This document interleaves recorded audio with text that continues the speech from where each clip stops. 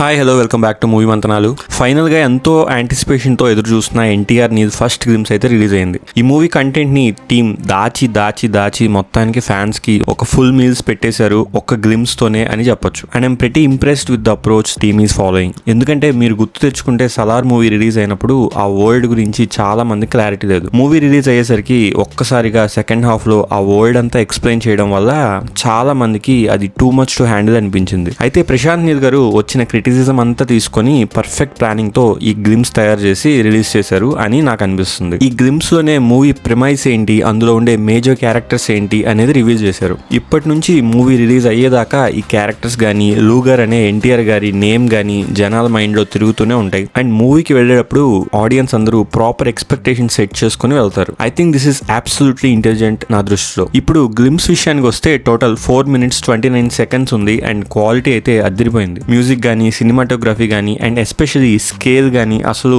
మామూలుగా లేదు. నేనైతే ఈ స్కేల్ అయితే అసలు ఎక్స్పెక్ట్ చేయలేదు. ఇంకా గ్లిమ్స్ లో ఉన్న డీటెయిల్స్ గురించి చెప్పాలంటే చాలా డీటెయిల్స్ ఉన్నాయి. ఈ డీటెయిల్స్ అర్థం అవ్వాలంటే కొంచెం హిస్టరీ కూడా తెలుసుకోవాలి. యాక్చువల్ గా జరిగిన ఓపియం వార్స్ గురించి కూడా తెలుసుకోవాలి. నేను కొంచెం రీసెర్చ్ చేసి ఈ ఓపియం వార్స్ ఏంటి, గోల్డెన్ ట్రయాంగిల్ ఏంటి, ఆఫ్ఘన్ ట్రేడింగ్ కంపెనీ ఏంటి, మన హీరో క్యారెక్టర్ అసలు హీరోనా విలనా, ఇవన్నీ ఈ వీడియోలో ఎక్స్ప్లెయిన్ చేస్తాను. వీడియోని స్కిప్ చేయకుండా చివరి దాకా చూడండి.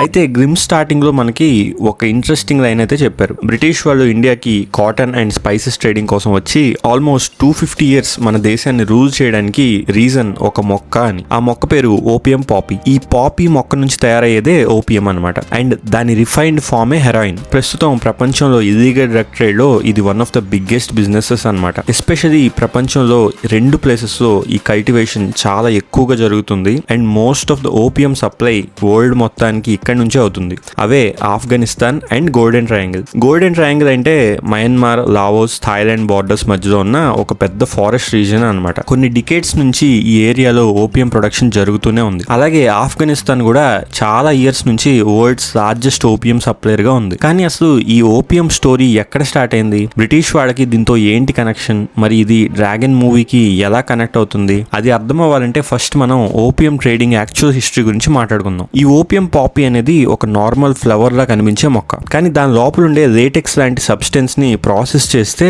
చాలా పవర్ఫుల్ అయిన నార్కోటిక్ డ్రగ్ తయారవుతుంది. దాన్నే హెరాయిన్ అంటారు. ఏన్షియన్ టైమ్స్ లో దీన్ని మెడిసిన్ లాగా యూజ్ చేసేవాళ్ళు పెయిన్ రిలీఫ్ కోసం. కానీ బ్రిటిష్ ఈస్ట్ ఇండియా కంపెనీ వాళ్ళు ఇండియాకి వచ్చి దీన్ని ఒక మ్యాసివ్ బిజినెస్ గా మార్చేసుకున్నారు. అప్పట్లో బ్రిటిష్ వాడికి చైనా నుంచి వచ్చే టీ గానీ సిల్క్ గానీ ఇలాంటి ప్రొడక్ట్స్ అన్నిటికీ చాలా మ్యాసివ్ డిమాండ్ ఉండేది. అయితే చైనా వాళ్ళు అప్పట్లో అసలు ఎలాంటి కరెన్సీని యాక్సెప్ట్ చేసేవాడు కాదు. ఓన్లీ సిల్వర్ లోనే వాళ్ళు ఏ గూడ్స్ అయినా ఎక్స్చేంజ్ చేసుకునేవాళ్ళు. బ్రిటిష్ వాళ్ళకేమో చైనా నుంచి వచ్చే టీ అండ్ ఆ ప్రొడక్ట్స్ అంటే చాలా డిమాండ్ అండ్ ఒక రకమైన అబ్సెషన్ ఉండేదన్నమాట. అయితే ఈ సిల్వర్ డిమాండ్ వల్ల బ్రిటిష్ అండ్ చైనా మధ్యలో ఒక ట్రేడ్ ఇంబ్యాలెన్స్ అనేది స్టార్ట్ అయింది. ట్రేడ్ ఇంబ్యాలెన్స్ అంటే ఏంటంటే ఒక ట్రేడ్ జరిగినప్పుడు ఒక పార్టీ లాస్ లో ఉంటుంది అండ్ ఇంకొక పార్టీ హ్యూజ్ ప్రాఫిట్ లో ఉంటుంది అనమాట. మన కేసులో బ్రిటిష్ నుంచి టన్స్ ఆఫ్ సిల్వర్ చైనాకి వెళ్ళిపోతుంది అండ్ ఇక్కడ బ్రిటిష్ వాళ్ళు లాస్ లో ఉన్నారనమాట. అప్పుడు బ్రిటిష్ ఈస్ట్ ఇండియా కంపెనీ ఒక డేంజరస్ బిజినెస్ మోడల్ ని క్రియేట్ చేసుకుంది. ఎస్పెషల్లీ చైనాతో ఉన్న ట్రేడ్ ఇంబ్యాలెన్స్ ని కవర్ చేసుకోవడానికి బ్రిటిష్ వాళ్ళు ఇండియాలో ఓపియం కల్టివేషన్ ని బాగా పెంచేశారు. మెయిన్లీ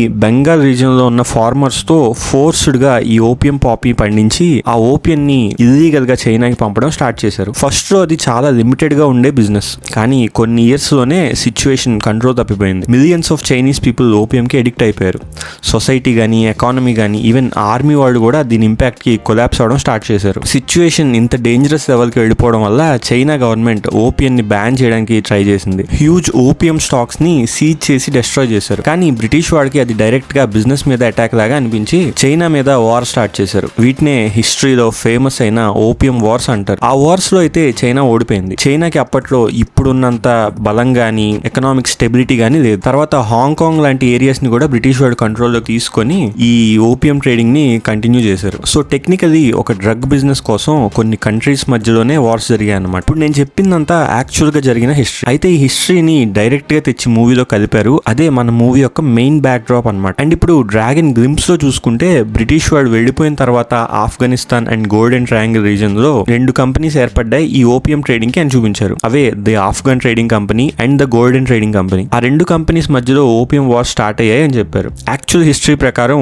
ఓపియం వార్స్ అంటే బ్రిటిష్ అండ్ చైనాకి మధ్యలో జరిగిన వార్. బట్ మన మూవీ ప్రకారం ఓపియం వార్ అంటే Afghan trading and golden golden trading కంపెనీకి మధ్యలో జరిగే వార్ అన్నమాట. సో వరల్డ్ మొత్తానికి సప్లై చేయాలంటే సీవేస్ కావాలి. అందుకే ఇండియాలో ఉన్న Mumbai port and west Bengal ఉన్న కోల్కతా పోర్ట్ నుంచే ఈ రెండు కంపెనీస్ ఆపరేట్ చేస్తూ ఉంటాయి. ఇదంతా ఎక్స్ప్లెయిన్ చేసిన తర్వాత ఈ పాయింట్ ఆఫ్ గ్లిమ్స్ లో విలన్స్ ఆఫ్ ఆఫ్ఘన్ ట్రేడింగ్ కంపెనీని ఇంట్రడ్యూస్ చేశారు. అండ్ బ్యాక్గ్రౌండ్ లో మన మూవీ హీరోయిన్ అయిన Rukmini Vasanth genesis chapter 1 verse ఒకటి ఎక్స్ప్లెయిన్ చేస్తుంది. ఇది చాలా మందికి తెలియకపోవచ్చు, క్విక్ గా ఎక్స్ప్లెయిన్ చేస్తాను వినండి. ఇదేంటంటే బైబిల్ స్టార్టింగ్ చాప్టర్ లో అసలు గాడ్ ఈ వరల్డ్ ని 6 days లో ఎలా క్రియేట్ చేశారు అని ఒక చాప్టర్ ఉంది. అదే ఇక్కడ ఈమె చదువుతుంది అనమాట. అంటే 6 days లో వరల్డ్ లో లైట్ గానీ యానిమల్స్ గానీ స్టార్స్ గానీ ఇలా క్రియేట్ చేసిన తర్వాత 7th డేన విలన్స్ క్రియేట్ అయ్యారు అని చూపించడానికి ట్రై చేశారు ప్రశాంత్ నీల్. సో ఒక్కొక్కడిగా విలన్స్ ని ఇంట్రడ్యూస్ చేశారు. ఫస్ట్ వచ్చేసి దాదా సర్కార్ అనమాట, ఆఫ్ఘన్ ట్రేడింగ్ కంపెనీకి హెడ్. అండ్ అతని కొడుకు సుజయ్ సర్కార్ అండ్ బాబీ సర్కార్. వీళ్ళతో పాటు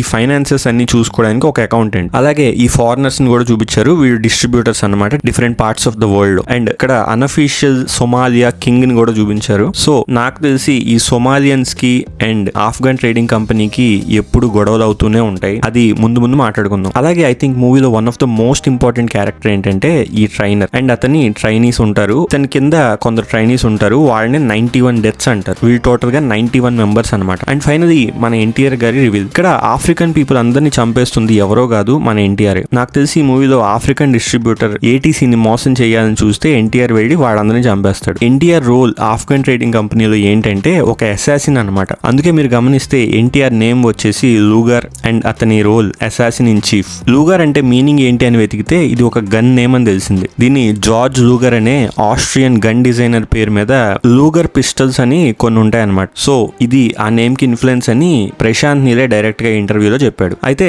ఎన్టీఆర్ ఈ ఏటీసీలో ఎవరైతే ఏటీసీని ఎదిరిస్తారో వాళ్ళందరినీ చంపేస్తూ ఉండే కమాండర్ అనమాట. అండ్ ఫైనల్ గా ఎన్టీఆర్ గారు reveal with lot of dead bodies. ఈ షాట్ అయితే నాకు చాలా బాగా నచ్చింది. సలార్ లో కూడా ఎగ్జాక్ట్ గా ఇదే టైప్ ఆఫ్ షాట్ ఉంటుంది and I loved it. And next shot లో ఎన్టీఆర్ గారి face and body reveal. And నేను పైన చెప్పినట్టుగానే చుట్టూ చూసుకుంటే అందరూ ఆఫ్రికన్ పీపులే ఉన్నారు. అంటే ఎన్టీఆర్ ఇక్కడ వెళ్ళి అందరినీ చంపేసే సీన్ ఇది. అయితే ఇక్కడ ప్రశాంత్ నీల్ ఆడియన్స్ కి ఒక పెద్ద హింట్ అయితే ఇచ్చాడు. ఇది చాలా మంది గమనించి ఉండకపోవచ్చు, బట్ ఇక్కడ చూడండి ఇన్ అండ్ యాజ్ అని టెక్స్ట్ వేశారు. అండ్ నెక్స్ట్ డ్రాగన్ అని టైటిల్ పడుతుంది. అంటే ఎన్టీఆర్ ఈ మూవీలో డ్రాగన్ అనే క్యారెక్టర్ ప్లే చేస్తున్నారు అని అర్థం. బట్ ఇందాక మరి లూగర్ అని చూపించారు, అదేంటి అని అందరికి డౌట్ రావచ్చు. ఇక్కడ 2 థియరీస్ ఉన్నాయి. ఒక థియరీ ఏంటంటే లూగర్ అనేది ఎన్టీఆర్ కి ఇచ్చిన బిరుదు అయి ఉండొచ్చు ఇన్ ఆఫ్ఘన్ ట్రేడింగ్ కంపెనీ. ఇండియాలో డ్రాగన్ అనే కోడ్ నేమ్ ఉన్న ఎన్టీఆర్ అండర్ కవర్ గా ఏటీసీకి వెళ్ళి అక్కడ ఉన్న ఎనిమీస్ అందరినీ లోపల నుంచి చంపేస్తూ ఉంటాడు అనేది ఒక థియరీ. ఈ థియరీ ఎందుకు వచ్చిందంటే రీసెంట్ గా వచ్చిన